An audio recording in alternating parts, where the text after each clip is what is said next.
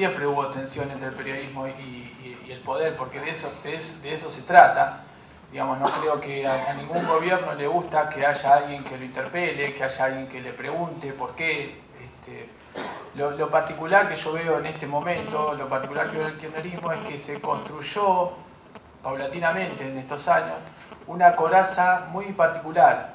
Digamos, en todo momento, cualquier presidente había periodistas que podían molestar al poder de turno, pero ahora estos periodistas son interpelados por el poder. Ahora los periodistas, digamos, cuando la pregunta incomoda, el periodista pasa a ser un vocero de Magneto, un esbirrio del poder económico, y ya no se discute la pregunta.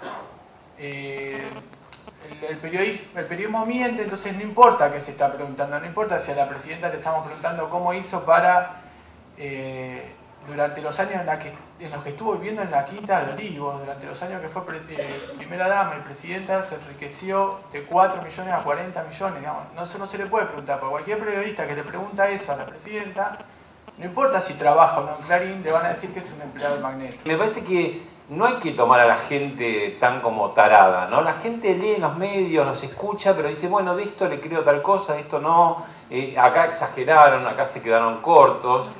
No es la Biblia, no es, digamos, una cosa hipnótica que agarrarse Clarín La Nación y después toda la gente va por la vida como sonámbulos haciendo lo que dice Clarín o La Nación. Yo estoy de acuerdo con el 80% de las cosas que hizo el kirchnerismo. Yo celebré la estatización de YPF, pero eso no significa que uno pierda esta irreverencia también, te vuelvo a citar a Pablo, que es importante para nuestra profesión. Nosotros debemos ser irreverentes, debemos dudar, debemos desconfiar, debemos preguntar. Y eso no significa que estemos en contra y que queramos derrocar un gobierno. Una crítica de escuchar lo que queremos preguntar. Son un grupo de poder que quieren derrocar a este gobierno nacional y popular. ¿Por qué? La neta se sumó a una convocatoria que ya venía circulando. Yo rubriqué, como me imagino que los periodistas están acá, la convocatoria para, digamos, el pedido para que haya conferencias de prensa hace 2 meses. Y la nata se suma a eso y lo hace público y le da la difusión que le da. Pero eso estaba mucho antes de que fuéramos al grupo Clarín y que nos volviéramos voceros de Magneto. A mí me hubiese encantado que en 678 se hiciera esta convocatoria por la conferencia de prensa. A mí me da un poquito de vergüenza ver a los funcionarios, ministros, ir a 678 y que los periodistas le digan, ministro, ¿qué quiere decir? ¿Qué le podemos preguntar? Yo celebré mucho el fallo de la Corte Suprema de la semana pasada que obliga a Clarín a desinvertir. A mí me parece que eso le hace muy bien al periodismo. Pero yo también quisiera que se respete el fallo de la Corte Suprema que obliga al gobierno a repartir la publicidad oficial de otra manera.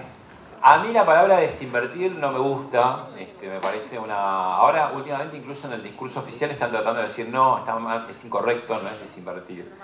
Porque hubiese preferido que los distintos gobiernos, inclusive el kirchnerismo, hubiesen tenido regulaciones más apropiadas al todo, como que no le dieran especialmente a algunos grupos más licencias o hubiese vista gorda, que es de lo que se ha beneficiado a lo largo del tiempo el grupo Clarín, ¿no? Hasta tener, digamos, una desmesurada conformación.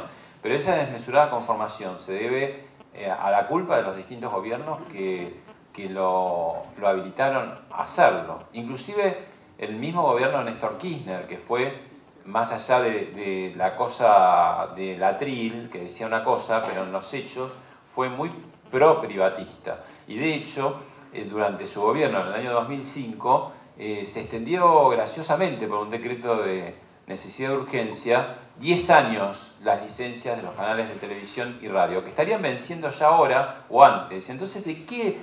La ley de medios para mí es una banderita como Malvinas y como Repsol. Yo pienso que no me gustó el contexto en que salió la ley. Yo veo muchas cosas de la ley que están buenas y muchas cosas que no las veo tan buenas. Y le veo, digamos, la intención, como fue, salvando las distancias, la reforma de la Constitución Nacional del año 94, que también tenía cosas muy buenas, algunas lamentablemente ni se implementaron o quedaron por el camino. Por ejemplo, que el jefe de gabinete sea el jefe real del gobierno. Un poco ahora que se vuelve a decir a través de Zaffaroni y de otros, bueno, sistema parlamentario. De alguna manera parecía un sistema parlamentario. Lo que pasa que tenemos un tipo de presidencialismo muy monárquico en Argentina y ni aún un presidente débil como fue de la Rúa admitió tener un jefe de gabinete que fuera un real jefe de gobierno, ¿no? Pero aquella reforma del 94, a pesar de lo bueno que tenía una intención manifiesta, que era la reelección de Menem. Eso era lo que importaba, y eso fue lo que se consiguió. Creo que la ley de medios, salvando las distancias, también tiene una sola intención, que es ir contra el grupo Clarín. Yo fui movilera desde el año 91 y yo recuerdo perfectamente el día que se privatizó YPF y que Néstor, yo tuve, sé que a mí no me lo van a contar, que estaba Néstor Kirchner aplaudiendo, pero a rabiar al lado de Carlos Menem. Y ese video que durante años, por ejemplo, pasó televisión registrada, de golpe desapareció. Yo no sé, nunca más lo pasaron. Pero entonces ellos aplaudieron la privatización y ahora nos hablan de un saqueo. Y después el caso de Dromi, que ahora trabaja con este gobierno, ayudando a las estatizaciones. Y Dromi yo lo vi durante años que fui movilera, porque yo estaba siempre en casa de gobierno o en el Ministerio de Economía, lo veía con Menem privatizando todo. Entonces en este problema en este país hay un problema de falta de memoria tremenda. Hoy a los kirchneristas no les gusta reconocerlo, pero Néstor y Maqueto se reunían todas las semanas para definir la agenda política en los primeros años del primer gobierno de Kirchner. Después pasó lo que todos conocemos, que la 125, digamos, Clarín no quiso acompañar, empieza el debate sobre la ley de medios, y a partir de ahí empieza esta disyuntiva, esta pelea, esta polarización entre periodistas de la Corpo y periodistas militantes. Este temor a que no se puedan mostrar los matices de las cosas se parece más a los miedos de un gobierno militar o un gobierno autoritario, digamos, que teme si te corres medio centímetro del discurso único, ¿no? Entonces, creo que en los años 70 era interesante eso, porque vos podías leer una prensa que vos decías, sí, este está con el gobierno, pero asumía esa contradicción.